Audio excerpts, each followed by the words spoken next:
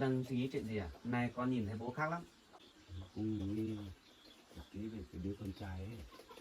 Chuyện anh Hằng á. Thương Hải đứa con dâu ấy. Em nghĩ là có lý do gì em khó nói nhưng mà anh không nói ra thôi.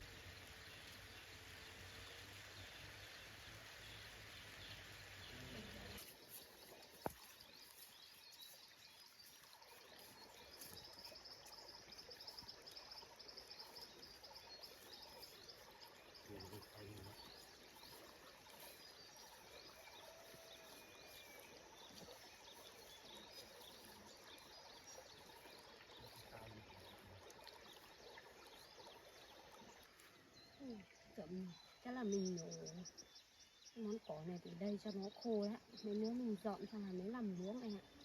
Thế cũng được, mà cái cỏ này nhiều này sao mà chậm này Cái sao mà này nhổ được hết nhỉ? chắc nhổ phát cho nó quang đó, xong là hôm nào mình thì làm luống. Mà cái bắp cải kia già hết rồi chắc. Lúc nãy không được lấy gùi về hái về để băm cho con gà ăn, em quên mất, hôm nọ cũng không kịp hái đi bán. Thì hôm nọ mình cũng bận nhiều việc quá đi. Mà cái cỏ này mình nhổ vứt đấy luôn à? Nhổ đến đây thôi, không thì bây giờ thì bảo chuyển đi cũng không có chỗ để thôi. Mà để lại mấy gốc bí kia mình làm quang đi để mấy nữa mình ăn. Thôi xuống làm đi.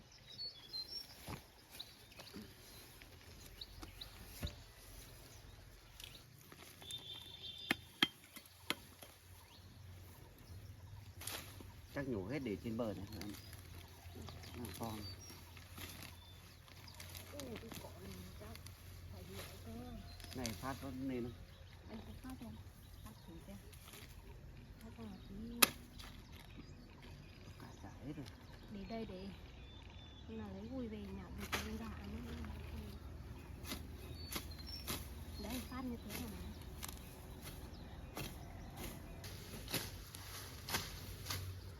Cái dao tầm bóp này không ai thấy về ăn nhỉ em nhỉ? Không có họ cũng không ăn.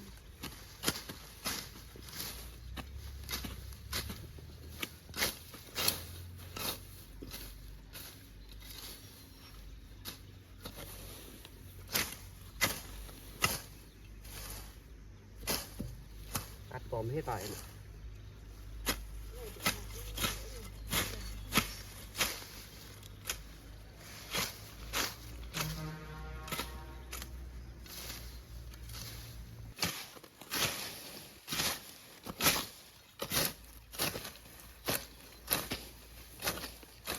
Này chắc có phải đánh luống hết lên thôi.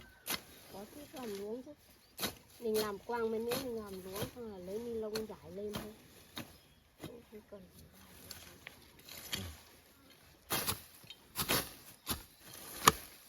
Này trồng dưa hấu sẽ đẹp lắm.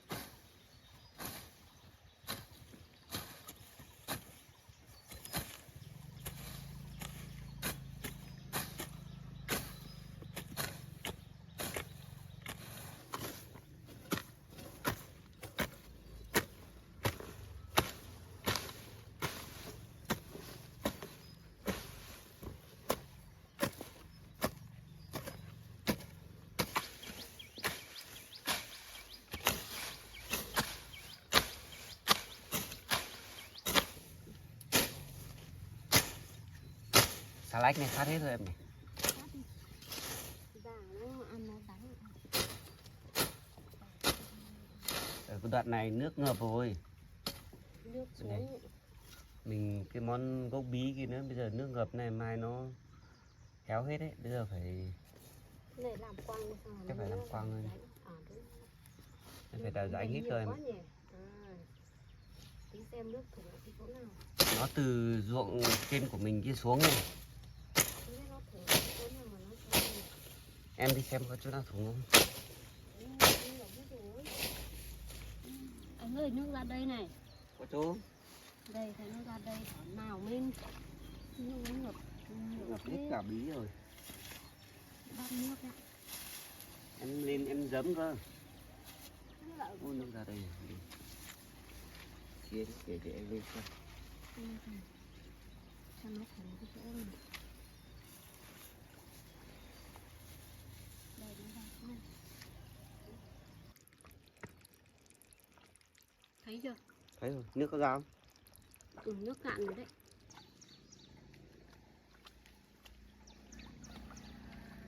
Đổ đấy. Thấy chưa? Nó ra nhiều này mới ngập. Ở đây cái khu này nó ngập hết.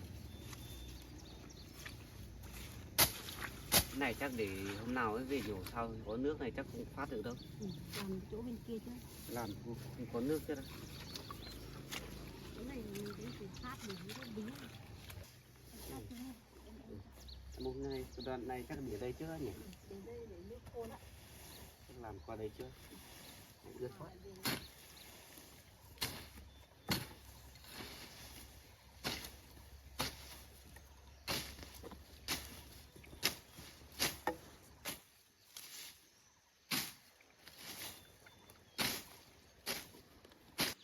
Ăn cam đã.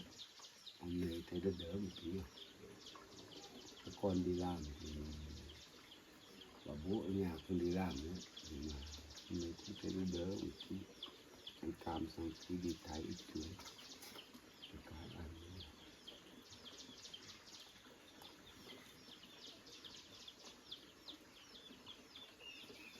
Cam này các con đi hái về. Sáng nó để đây để cho bố ăn. Cũng là ngon thật đấy.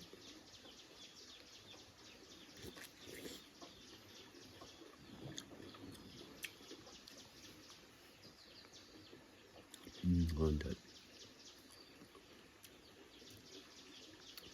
Hôm nay thì mình lại kiếm mình. Không biết đứa con hàng là nó như thế nào. Điện thì lại thuê bao lại không liên lạc được. Hai vợ chồng nó lại chạc nó là bỏ nhau thế này. Bây giờ sức khỏe mình lại yếu nữa. Đi lại không đi được. Và điện cũng lại không điện được. Đứa con hàng không biết thế nào. Nghĩ nhiều nó sắp phát ốm lên. Bây giờ mình cũng già rồi mà không có cái gì mà giúp được cho các con. Giờ biết làm thế nào được. Giờ cũng không được khuyên bảo các con. Mình không làm được ra. Không kiếm được tiền thời gian này. Mình được khuyên các con. Già rồi bây giờ. Đi làm công ty đi thuê thì nó lại không. Công ty nó không dùng. Già tuổi nó không dùng. Hôm bây giờ sao đứa con nó lại chỉ chạc bỏ nhau thế này thì mình làm bố là mình cũng thấy đau lòng lắm. Không biết làm thế nào được. Này đứa con hàng trước kia nó thấy nó lấy nhau là hai vợ chồng nó thấy thương nhau lắm. Ở với nhau suốt rồi. Mà đến bây giờ thì nó lại chê là bà vợ không biết đẻ, không đẻ được con. Thì không biết đứa con nó nghĩ thế nào thì nó lại bỏ nhau. cũng không nghi ngờ nó xảy ra như thế. Là trước nó thấy thương nhau lắm, còn đến bây giờ nó lại trịch chạc thế này, phải bỏ nhau, nó bảo vợ không biết để chứ, không để được con thì nó mới bỏ. Nhưng bây giờ xảy ra cái việc như thế này, bỏ nhau này, là bây giờ mình gặp cái bà thùng gà là không có mặt mũi mà nhìn nó thấy ngại lắm. Là các con ấy xảy ra chuyện này là giờ gặp con bà thùng gà này ngại lắm. Bây giờ con trai nó đã bỏ đứa con dâu là con gái của bà ấy, là bây giờ gặp bà là mình cũng ngại lắm, không biết nói thế nào được. Mà cũng do con trai mình nó cũng có lối. Bây giờ mình bảo con trai thì bảo nó cũng không nghe rồi. Nhà là ăn dạn nó cũng không nghe, nói thế nào nó cũng không nghe. Bây giờ gặp cái bà thằng ra đấy cũng ngại và khó nói chuyện lắm, không biết nói chuyện.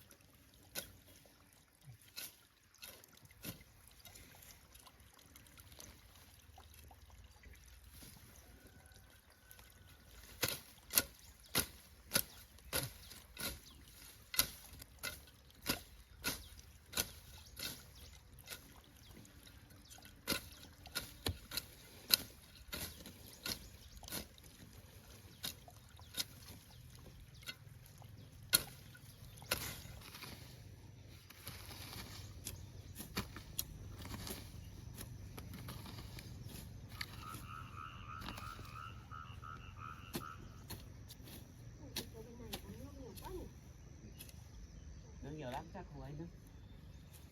Lúc nào cạn luôn việc mấy cái nổ. Giờ nước nhiều này cũng không làm được đâu. Cái này nó có rãnh sẵn đây rồi.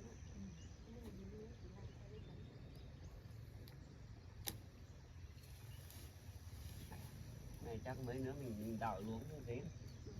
Nó có rãnh sẵn rồi.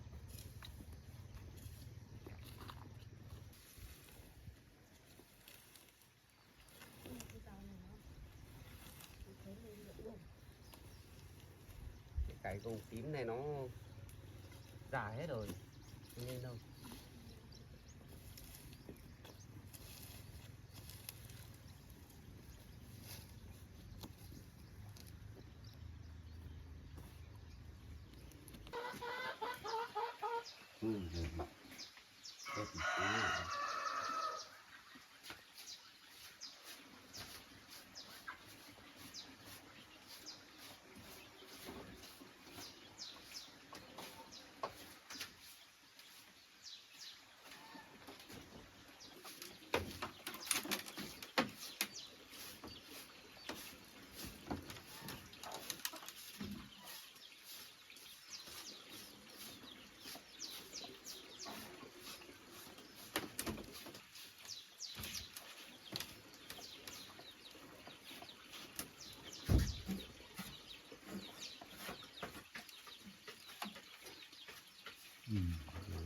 Chết bận. Công nhận là mai em mua cái máy cú cú này nhưng mà cũng tiện đấy. Nó thấy cái thứ cho gà ăn, cho cá ăn nó tiện, nó được nhanh. Nhưng ba bằng tay thì lâu lắm, chậm lắm. Mà dùng cái máy cũng nhận nhanh rồi đấy.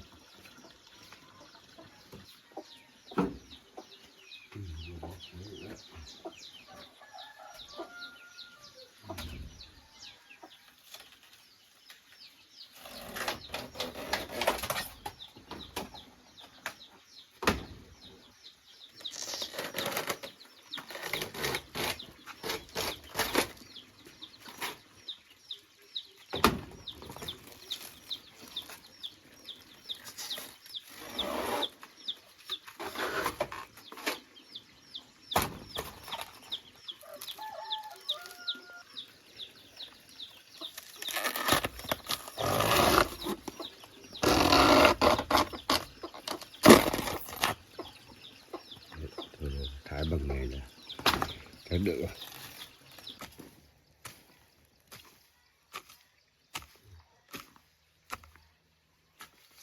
Thôi em ơi, nghỉ một tí đã. Tí mình làm tiếp. Ở kia còn chỗ cỏ kia với lại cái chỗ rau cải, cái tóc cải kia thôi. Tóc cải chắc để đây để chặt nó đi nào rồi nên là mà em đang tính là em muốn để cái hoa kia ấy, để nó già thế là em chặt để làm giống. Thế Không biết mình nó kịp không? cái hoa đấy mình cứ để đấy, xong mình chỉ làm ở trong dứa này thôi, kiểu hoa nó cũng ở xung quanh ngoài đấy cũng không ảnh hưởng gì đâu mà. Đúng rồi, đây là Để cuốc đi.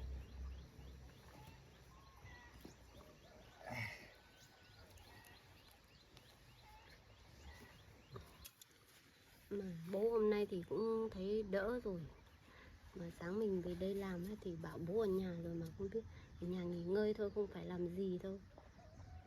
Cá với lại gà tí mình về mình chăn sao cũng được, mà không biết bố có nghe không.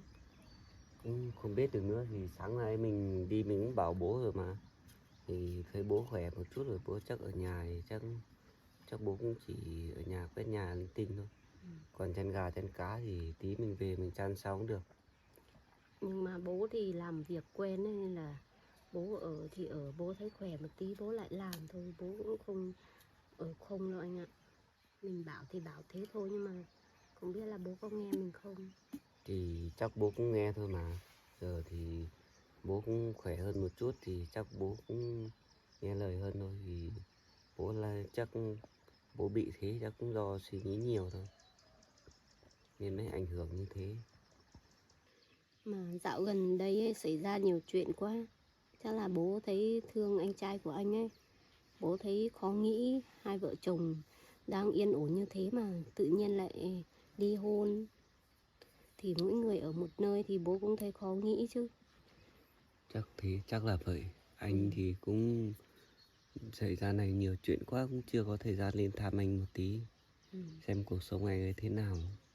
Hay là ngày mai anh đi thăm anh ấy đi, đi hỏi thăm anh ấy xem là có cần giúp đỡ gì thì giúp anh ấy. Không thì trước anh ấy cũng giúp đỡ hai vợ chồng mình nhiều rồi, nên là mình cũng thấy ngại lắm. Thì hôm qua anh cũng gọi điện cho anh ấy rồi, mà anh ấy cũng nhiều việc quá nên là anh cũng chưa có thời gian đi lên thăm anh đấy nữa. Mà anh hỏi bảo anh ấy có ở nhà không thì anh lên chơi, nhưng mà anh gọi cho anh toàn lẩn tránh không à. Thì bây giờ anh khác đi ở chỗ khác rồi thì chắc là cuộc sống khó khăn lắm, chắc là anh ấy sợ anh khó nghĩ ấy. Nên là anh ấy mới bảo là cuộc sống của anh ấy vẫn ổn. Nhưng mà em nghĩ là ngày mai hay là lúc nào anh có thời gian ấy, thì anh cứ phải lên thăm anh ấy một tí, xem cuộc sống của anh ấy như thế nào. Thì bây giờ mình cũng có biết anh ấy ở đâu đâu.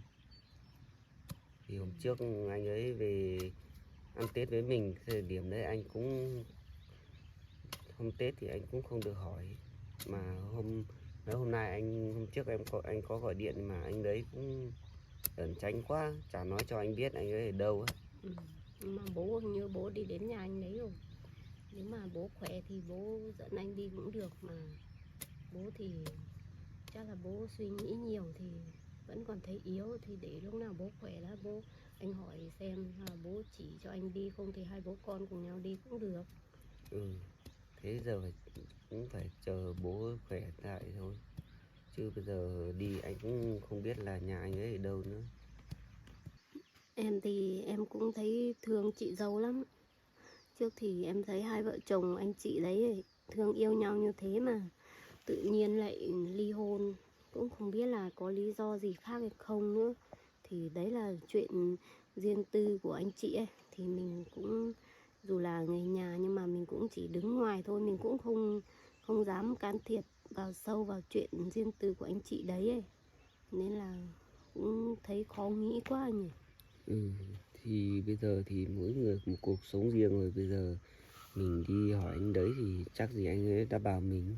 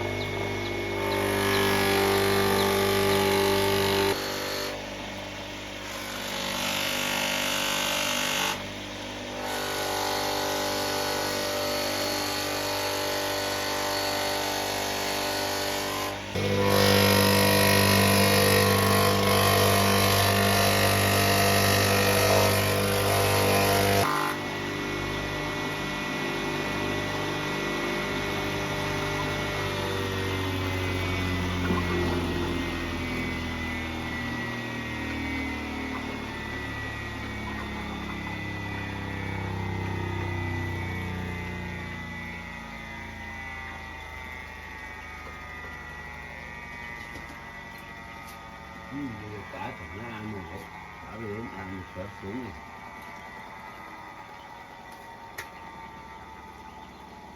Thái mình rút lên cái băm là thấy là lâu lắm rồi, nhưng mà thái cái này bỏ ra thái nó cũng nhanh. Thì lúc là xong cá là đủ ăn rồi. Ở đây nhìn ngắm cũng sướng thật đấy. Con kia nó lên ăn to thật đấy. Con kia tầm đến 3-4 cân. Ví dụ nó sang ăn nhiều thật. Ầm. Câu cỡ gần đây con chê lai cũng lên rồi. Thế anh có bao giờ có suy nghĩ là sẽ ly hôn với em không? Em sao em lại nghĩ như thế? Sao mà anh ly hôn em được? Thì em hỏi thế thì thấy anh chị đấy thì trước cũng yêu thương nhau như thế mà tự dưng anh ấy lại ly hôn với chị. Thì anh với em đang sống hạnh phúc như thế thì làm sao mà nghĩ đến chuyện đấy được. Em cũng đừng suy nghĩ quá đi. Không, em chỉ hỏi chiều anh tí thôi. Chiều như thế không tốt đâu. Thôi mình làm nốt đi. Làm nốt xong là về xem bố như thế nào, mình xem mình còn chăn gà chăn cá cho bố không, khi bố ở nhà bố sốt ruột bố lại làm ấy. Mà bây giờ cái đống bắp cải đấy thì làm nào được? Thì để đấy thôi anh ạ, mình làm tỏ hết xong là mấy nữa mình về chặt mình nhổ cái gốc mình vứt là được.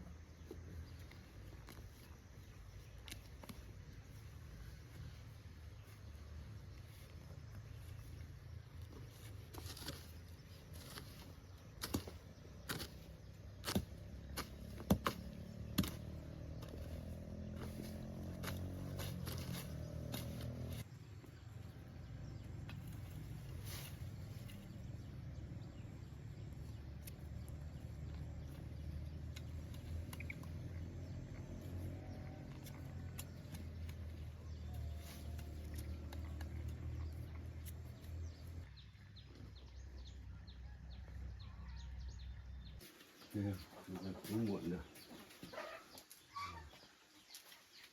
Chạy cái này xong.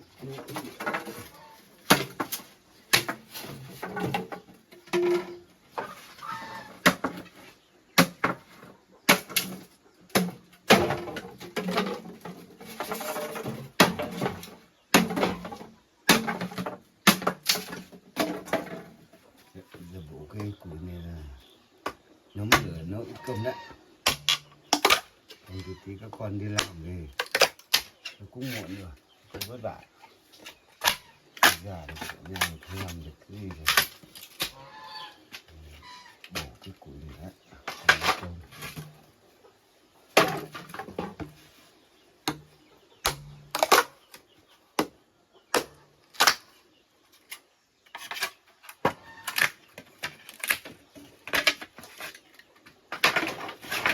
Bổ nhiều tí để kia mai nữa. Đỡ phải bổ.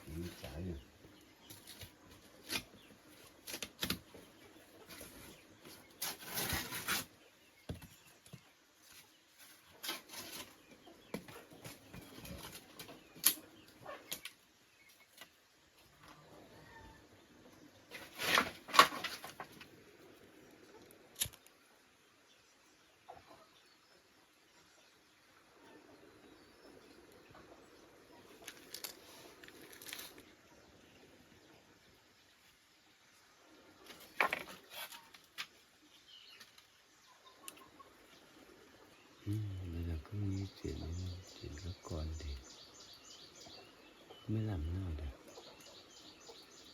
Nghĩ nhiều thì nó lại hại sức khỏe mà không nghĩ thì nó lại không được. Lúc nào cũng nhớ nghĩ về việc các con, là nghĩ khó thật đấy.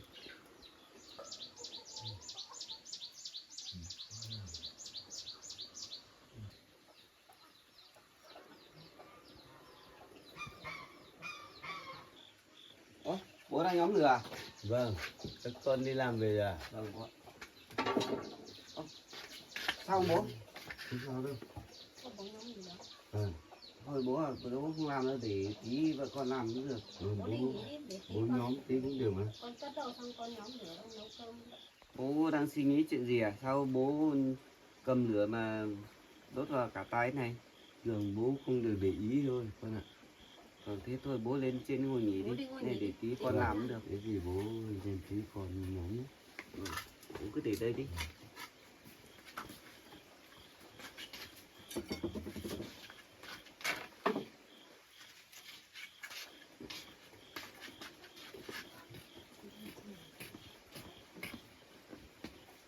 Ăn nhóm tí thấy rồi.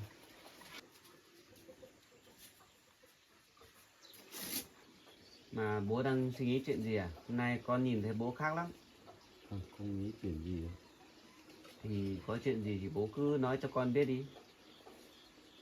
Cũng nghĩ một tí về cái đứa con trai ấy. Chuyện anh Hàng á. À,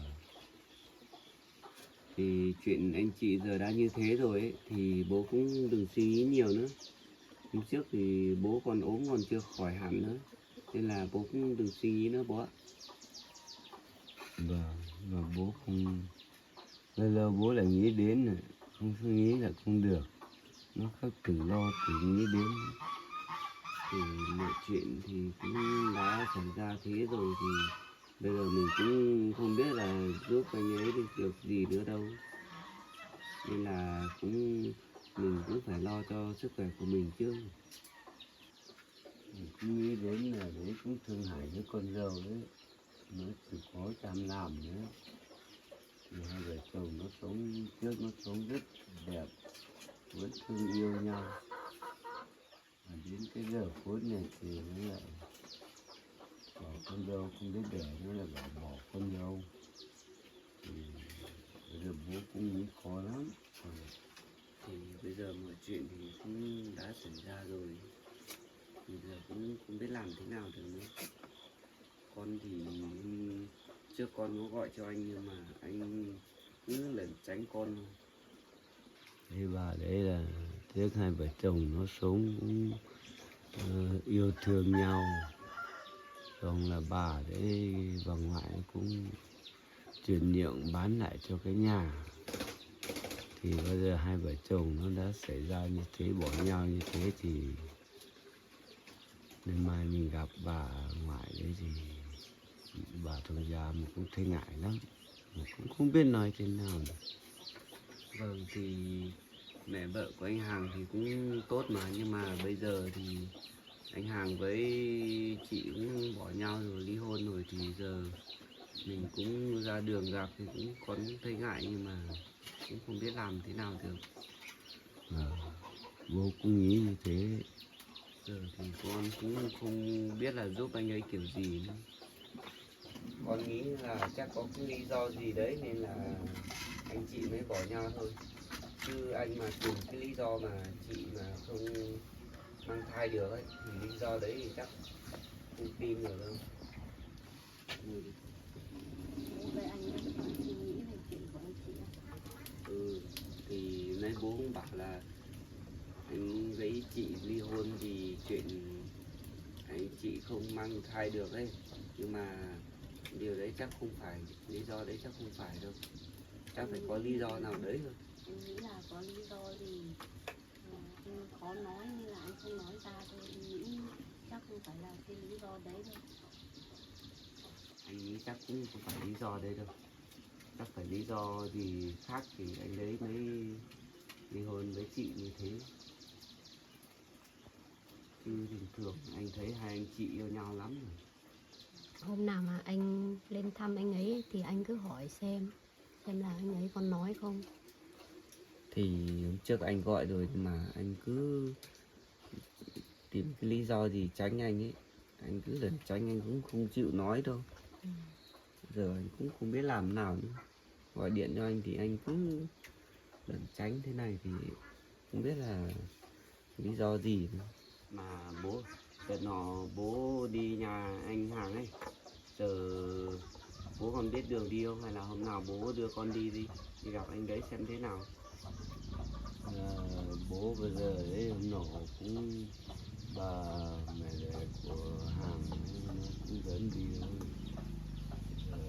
Bố cũng không biết đường đi nữa, bây giờ nó đường nó nhiều đường ghé lắm, bây giờ đi không nhớ được hết. Con từ trước bố đi một lần thì bố nhớ, nhưng mà bố không biết đường thì đưa con đi chơi anh đấy cũng được. Nó ở tít trên rừng núi rồi thì bây giờ bố cũng quên đường, nó nhiều đường ghé quá bây giờ cũng quên. Sao anh đấy không chuyển ra đường ở cạnh đường mà đấy, chứ anh ấy ở trong núi này thì làm sao mà được? Đứa con đấy nó mở hai mẹ con nó khác ở trong núi đấy thì nó thoáng, nó thoải mái hơn. Nó ở ngoài này thì nó không thấy thoải mái. Thế là đi bỏ nhau, là cái nhà trên kia thì nó lại cho hai mẹ con dâu nó ở rồi, thì hai mẹ con này nó lại đi vào trong khe trong núi kia ở. Bây giờ khó bố nhỉ. Con Vâng. tưởng bố còn nhớ đường thì hôm nào bố đưa con đi với. Nhưng mà bố không nhớ thì để hôm nào con hỏi xem anh hàng xem có chỉ đường cho con đi không. Nếu không thì con tìm cách khác cũng được. Vâng, thế thì con hôm nào con cứ gặp đứa con hàng thì hỏi xem nó có đưa con đi không. À thôi bố ạ, chuyện này thì bố cũng đừng suy nghĩ nhiều nữa. Dạo này con thấy sức khỏe của bố thì cũng không tốt lắm đâu. Thì mọi chuyện thì cứ để sau đi bố ạ. Vâng, mà cứ lại về cứ là ngồi ở bàn đây thì nó lại không tự nghĩ đến, thì không biết làm thế nào nữa. Thì bố cũng đừng suy nghĩ nhiều quá. Mà giờ cũng muộn rồi thì bố ngồi đây nghỉ đi để vợ chồng con đi nấu cơm rồi. Vâng, nhưng vợ chồng con đi nấu cơm. Thế bố ngồi đây bố cũng đừng suy nghĩ nhiều quá nhé bố. Vâng. Vậy em lấy gì để anh đi, em đi vo gạo.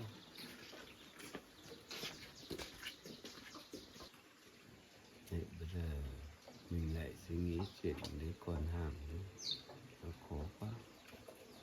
Cả hai đứa con thì nó đi làm về rất nó mệt rồi, mình lại nhà mình nhóm đi bếp rồi nấu cơm cho hộ hai đứa con. Thì làm nó đi làm về nó ăn, nhưng mà nó đi làm về thì nó thấy nhóm bếp thì các con bảo mình đi ngồi nghỉ rồi, là không cho bố làm. Hai vợ chồng đứa con này cũng chịu khó đấy, nó cũng thương bố không cho bố làm. Nếu nó đi đợi hai vợ chồng đi làm ấy, thì mình ở nhà mình buồn, mình tranh thủ mình làm một tí việc, thì các con về nó nhìn thấy nó lại không cho bố làm.